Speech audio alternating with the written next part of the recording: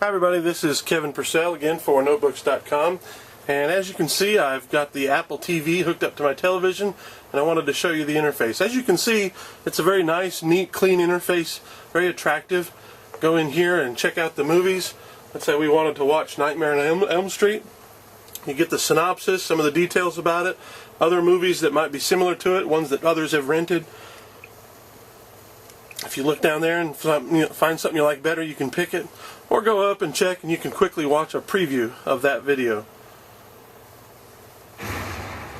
Notice how quickly it comes up. I've got it connected through an Ethernet cable, but it seems to work. Hit the down arrow and you get the tick marks.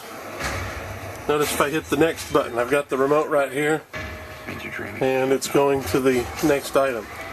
Hit menu and you're back up out of there. Now, let's say you like it, you decide you want to rent it.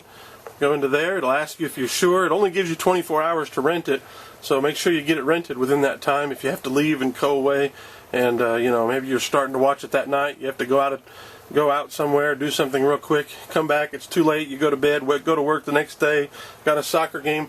By the time you're back in front of your TV, it might be 24 hours, so you might lose your money. I think that's disappointing. I think they ought to give you 2 days. You got 30 days once you've downloaded it to start watching it. But we'll go up out of here. If you say, let's say I want to watch this, I can put it on my wish list, and there it is. If I don't, I can remove it. Go into more. You get Rotten Tomato reviews and customer reviews from iTunes. This one doesn't have a very good review. Go down here and these actors, check out movies that they've been in. Same with the director down here. But it's not got a nice interface. Notice it moves very quickly. We'll go up into television shows. Here's another problem. Looks like it's got a long list of shows that you can watch, but guess what? They're all either ABC connected or Fox connected. Of course you have BBC as well. But that's a disappointing thing in my opinion. It's a shame that the other networks won't get on board. Wouldn't it be terrible if we actually got to see the content that they provide? Their problem is with the price, so who knows whether that'll get fixed. The way around that, of course, is you just go over here to computer, buy the shows on your computer, and watch them that way. Now, I know it costs more, but most people like to own their content instead of rent it anyway. So, see, it's got my content, shows the movies and music and TV shows that I have on here, podcasts, iTunes U, photos and stuff. If you go in here to internet, you notice you can watch Netflix, YouTube, podcasts, Mobile Me if you have an account hooked up to it. I don't. Flickr, and down here, internet radio.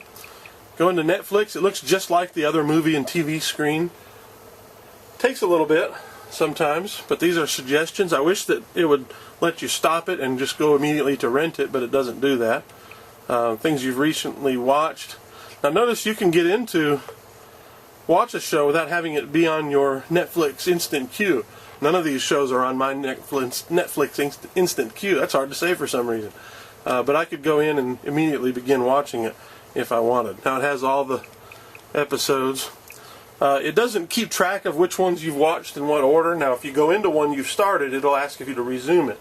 But I wish it had sort of an on-screen display to say, yeah, you've seen these 4, so you're at number 5. It doesn't do that. At least not any way that I can see.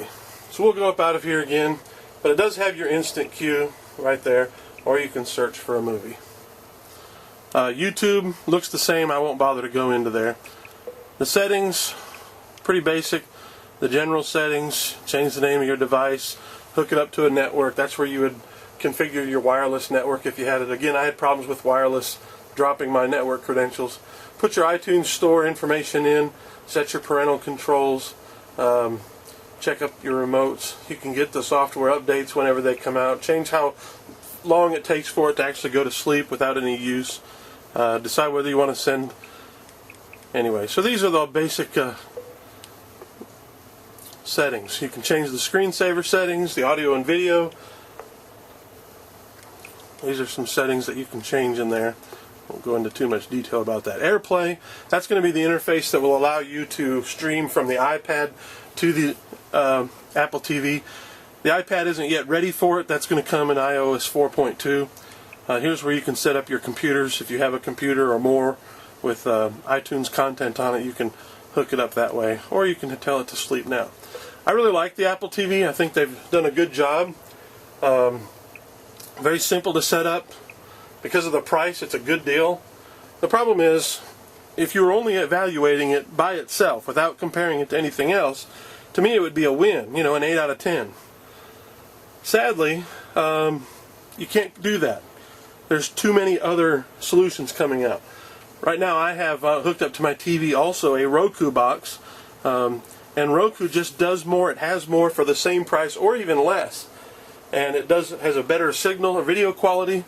And I have the old version of the Roku. The new one's going to come out with a higher video quality. It's going to come out pretty soon with Hulu on it. If the Apple TV could either A, be jailbroken so you could add apps, then it would instantly become the killer device and jump way ahead of the Roku box. Until that happens, it's the second place device. Or B, if Apple would unlock the thing, it's running a version of iOS, why not let us put apps on it? It's got 8 gigs of storage inside. What are they going to store all that in all that? They, I believe, are going to do that. There's a mini USB port on it. I think what they're going to do is let us begin to add apps to it at some point, just like they did with the first iPhone.